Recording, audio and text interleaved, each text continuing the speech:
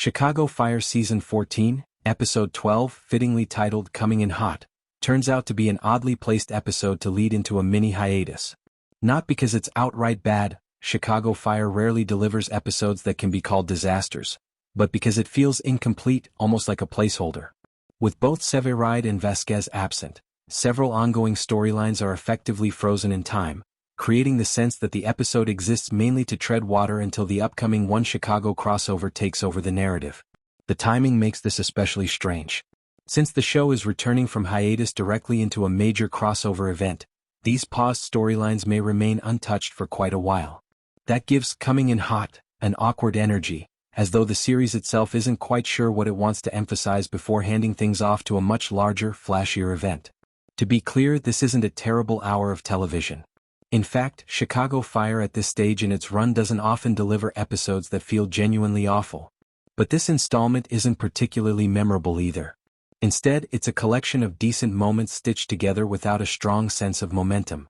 We get solid scenes focused on the women of Firehouse 51, more screen time for Pascal than we've seen recently, and a welcome emphasis on Herman and Cruz. Still, the episode feels unbalanced largely because of who isn't there. The absence of Severide alone would have been noticeable. Add Vasquez to that list, and suddenly entire threads of the show's recent storytelling vanish for the hour. When you also factor in the uncertainty surrounding Pascal's long-term future on the series, the episode starts to feel less like a chapter in an ongoing story and more like an intermission. The rotating leadership and shifting dynamics may make sense within the show's internal logic, but that doesn't mean it isn't taking a toll on the series as a whole. This constant game of musical chairs, who's in charge, who's gone, who might be leaving next, has begun to wear thin, and Coming in Hot is another reminder of that strain. The love triangle that never needed to exist. One of Chicago Fire's greatest strengths has always been the chemistry between its characters.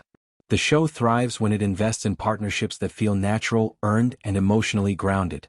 That's why it's so baffling that the series appears willing to undercut one of the strongest ambulance partnerships it's ever had by dragging it into a messy, unnecessary love triangle involving Vasquez.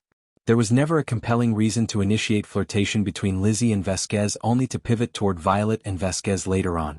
The show could and should have chosen one direction and committed to it. And if we're being honest, Lizzie would have been the better choice. Violet has already been through a long string of romantic storylines, and viewers have supported her through all of them.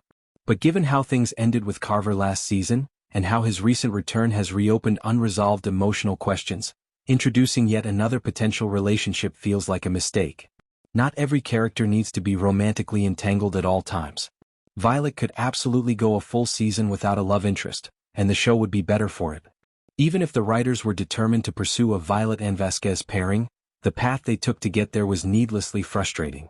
Bringing Vasquez in as someone who openly flirts with Lizzie, only to later redirect his attention to Violet, reflects poorly on the character. The excuse that he didn't know what he was doing doesn't really hold up and instead makes him come across as careless at best and inconsiderate at worst. More than anything though, the problem lies with the storyline itself. It feels forced, poorly thought out, and disconnected from what actually works about these characters. At this point, it's hard to imagine anything the show could do to make this particular plotline feel satisfying. Sometimes a storyline just doesn't land, and this is one of those times. Leadership whiplash and the Pascal problem. If there's one aspect of Coming in Hot that borders on unintentionally amusing, it's the handling of Pascal. The way his situation unfolds feels like the most obvious possible setup for writing a character out, to the point where it almost plays like a parody. The only reason it doesn't cross fully into comedy is because the show has spent so much time insisting that viewers should care deeply about him. We were given Pascal's tragic backstory, including the death of his wife.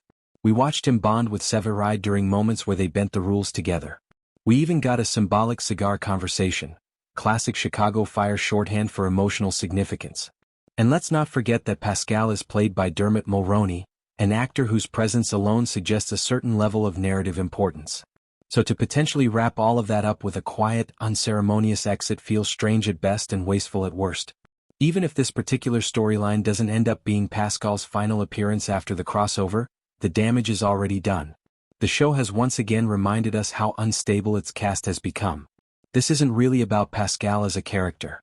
It's about the broader pattern Chicago Fire has fallen into.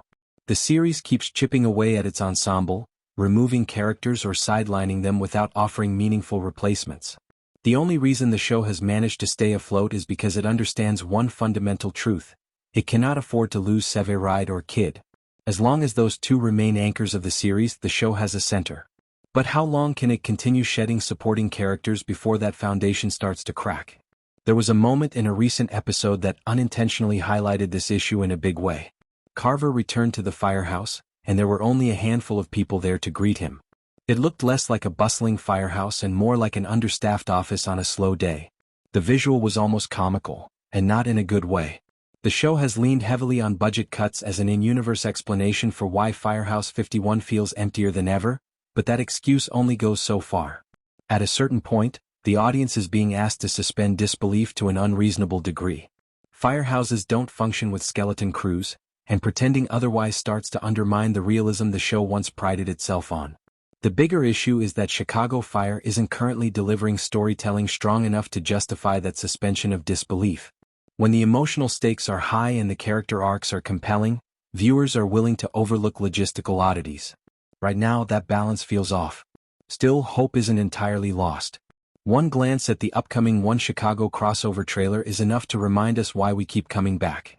Big events have a way of reinvigorating the series, and if the crossover delivers on its promises, especially when it comes to character moments, it's entirely possible that we'll be singing a very different tune once the show returns from hiatus. For now, Coming in Hot stands as a serviceable but strange pit stop, an episode that keeps the engine running without really moving the story forward. Whether Chicago Fire can regain its momentum remains to be seen, but the next chapter will have to work harder to remind us why Firehouse 51 still feels like home.